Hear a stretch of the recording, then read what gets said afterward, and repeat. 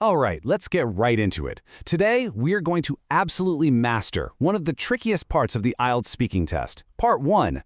We're going to take those short, maybe a little hesitant answers and turn them into confident, high-scoring responses that really show off your English skills.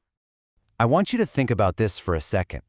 A weak handshake, it just leaves a bad first impression, right? Well, in the IELTS test, a one-word answer does exactly the same thing. It's forgettable, and worse, it tells the examiner absolutely nothing about what you can do. Our goal today is simple.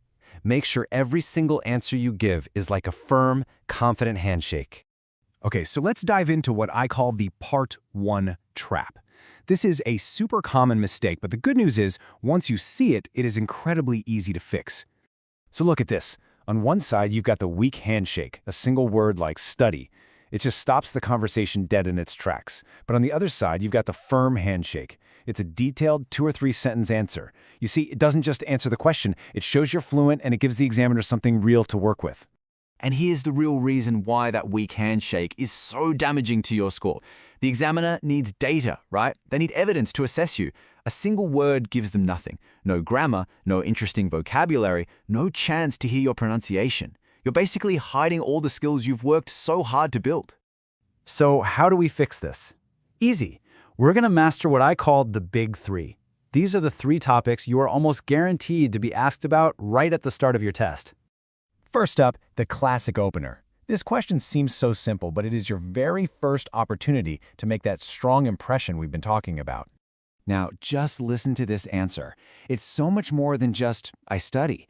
It gives specifics. Undergraduate, computer science, final year. It just paints a much more complete picture. And honestly, it sounds so much more confident and natural. And here's what makes it work so well. There's a really simple formula happening here.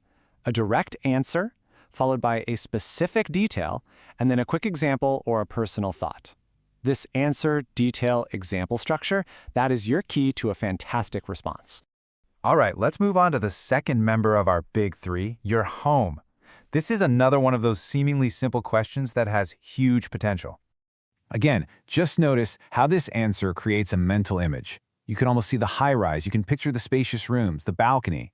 This is exactly what I mean by giving the examiner data. You're proving you have the vocabulary to describe your world. Now this is the power of topic-specific vocabulary. Instead of saying something generic like a big apartment, using words like high-rise, spacious, and overlooking instantly makes your language better and boosts your score. And finally, let's tackle the third and final common topic, your hobbies. This is such a great opportunity to show a little bit of your personality while also showing off your language skills. This answer just feels so relaxed and natural, doesn't it? It doesn't just say, I walk my dog. It explains the feeling behind it. It tells the examiner why you enjoy it, which adds a lot of depth and shows a much wider range of expression. Using a phrase like take a stroll instead of just walk adds this nice layer of sophistication. And explaining that it helps you unwind after a hectic week, that shows you can talk about feelings and motivations, not just actions. That's the difference between a good answer and a great one. So you've got the content, you've got the vocabulary. Now, for a quick bonus tip, a super simple grammar trick that adds a final layer of polish and is so easy to do. The trick is incredibly simple. Just match the tense of the question. If the examiner asks, "What did you study?" your answer should start with, "I studied." I know, it sounds really basic, but you'd be surprised how easy it is to miss this detail when you're under pressure. Getting this right is a clear signal to the examiner that you've got strong control over your grammar. Okay, I know that was a lot of information.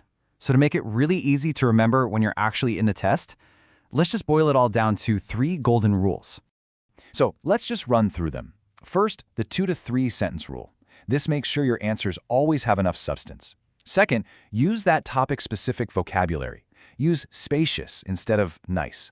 And third, stay natural. It's okay to use a little filler like, that's an interesting question, to gather your thoughts. It actually shows confidence and fluency. So there you have it. We've gone over the problems, the strategies, and the rules.